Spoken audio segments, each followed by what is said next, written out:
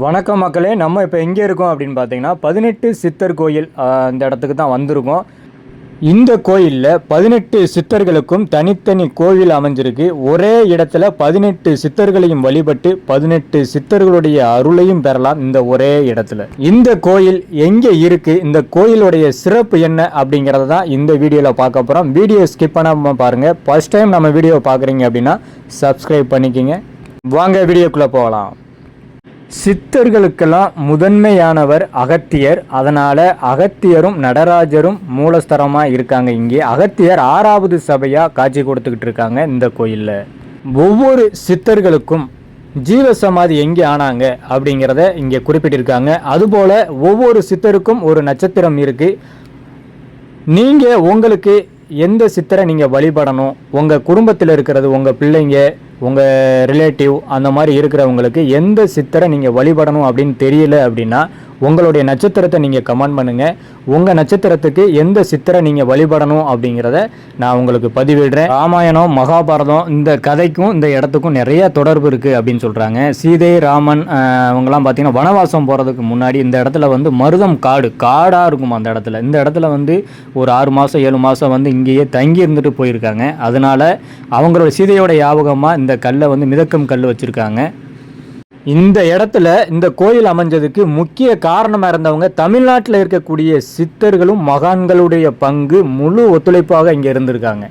ஒவ்வொரு சித்தர்களும் மகான்களும் அவங்களுடைய பங்களிப்பை கொடுத்து தான் இந்த இடத்துல இந்த கோயிலே இந்த அளவுக்கு வந்திருக்கு. பெரிய பெரிய மகான்களும் சித்தர்களும் இந்த இடத்த கோயில் அமைவதற்கு தேர்ந்தெடுத்ததற்கு முக்கிய காரணம் என்ன அப்படின்னு பார்த்தீங்கன்னா, அகத்தியர் வந்து இந்த இடத்துல உட்காந்து தவம் பண்ணியிருக்காங்க. அதனால தான் இந்த இடத்த வந்து தேர்வு செஞ்சுருக்காங்க. இந்த கோயில் வந்து பார்த்திங்கன்னா காலையில் 6 மணிலேருந்து நைட்டு 9 மணி வரைக்குமே இருக்கும். நட அடப்பு அந்த மாதிரிலாம் கிடையாது. நீங்கள் நைட்டு 9 மணி வரைக்கும் வந்து தரிசனம் பண்ணிக்கலாம்.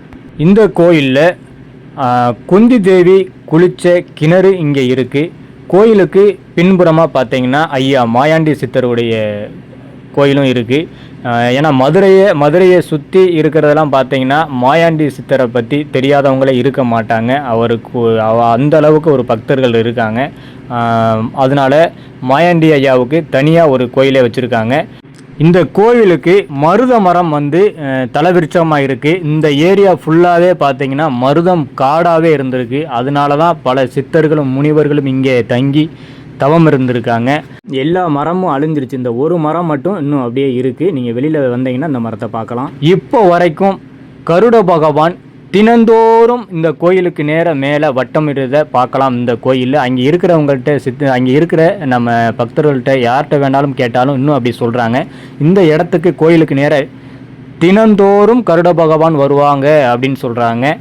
கருட பகவான் வந்து வட்டமிடுவதை நிறைய வீடியோ எடுத்து வச்சுருக்கோம், ஃபோட்டோ எடுத்து வச்சுருக்கோம் அப்படின்னு சொல்கிறாங்க இந்த இடத்துல இருக்கிறவங்க. சித்தர்களுக்கு உகந்த நாள் அப்படின்னு பார்த்தீங்கன்னா வியாழக்கிழமை. அதனால் ஒவ்வொரு வாரமும் வியாழக்கிழமை இந்த கோயிலில் அன்னதானம் நடைபெறும். மாயாண்டி ஐயாவை பாருங்கள். இந்த இடத்துல பார்க்கும்போது அவங்க தவநிலையில் இருக்கிற மாதிரி ஒரு கண் மூடி ஒரு கண்ணி திறந்து அந்த மாதிரி இருக்குது. நம்ம உடம்பே செலுத்துறது அந்த மாதிரி இருக்குது. இந்த கோயிலோட சிறப்பு என்ன அப்படின்னு பார்த்தீங்கன்னா, எல்லா கோயில்லையும் வந்து சாமியார் இருப்பாங்க, பூஜை பண்ணுறதுக்குன்னு தனி ஆள் இருப்பாங்க. இங்கே அப்படி கிடையாது. காசியில் வந்து பார்த்தீங்கன்னா நம்ம கொண்டு போகிற பொருளை நம்மளாவே வச்சு சாமியை தொட்டு வழிபடலாம்.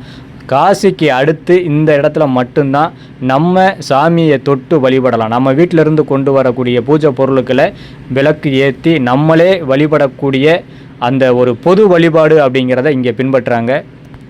உங்கள் பேருக்கு எந்த சித்தரை நீங்கள் வழிபடணும் அப்படிங்கிறத உங்கள் நட்சத்திரத்தை பதிவிடுங்க. நான் வந்து உங்கள் எந்த சித்தரை வழிபடணும் அப்படிங்கிறத நான் கமெண்ட் பண்ணுறேன் உங்களுக்கு.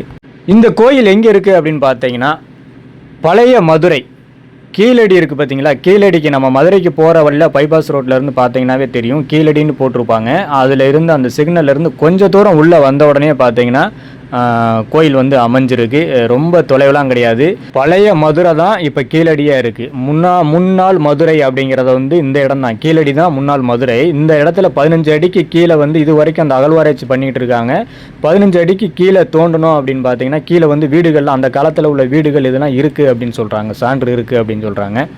மதுரை ரிங் ரோட்லேருந்து வந்தோம் அப்படின்னு பார்த்தீங்கன்னா ஒரு 15 கிலோமீட்டர் வர்ற மாதிரி இருக்கும். பைபாஸில் வந்தீங்கன்னா கீழடின்னு ஒரு போர்டு போட்டிருக்கும். ஒரு 10-15 கிலோமீட்டர் தாண்டி வந்தீங்கன்னா கீழடின்னு போர்டு போட்டிருக்கும். அந்த பைபாஸ் ரோட்லேருந்து ஒரு 1/2 கிலோமீட்டர் கூட இருக்காது, உள்ளே கொஞ்சம் தூரம் தான். போனவுடனே ரைட் சைடில் கட் பண்ணிங்கன்னா கோயில் வந்துடும். மறக்காமல் கோயிலுக்கு போங்க. பல முனிவர்களும் மகான்களும் சித்தர்களும் இந்த இடத்துல தவம் பண்ணதுனால அவங்களுடைய அருள் கிடைக்கும். உங்களுக்கு ஒரு நல்ல ஒரு பாசிட்டிவ் எனர்ஜி இருக்கும். இந்த இடத்துக்கு போனீங்கன்னா மறக்காமல் வாய்ப்பு இருக்கிறவங்க கண்டிப்பாக போயிட்டு வாங்க. கோயில் எப்படி இருக்குது அப்படிங்கிறத கமெண்ட் பண்ணுங்கள். இந்த வீடியோ பிடிச்சிருந்துச்சுன்னா லைக் பண்ணுங்கள். நெக்ஸ்ட் வீடியோவில் சந்திக்கலாம். பாய்.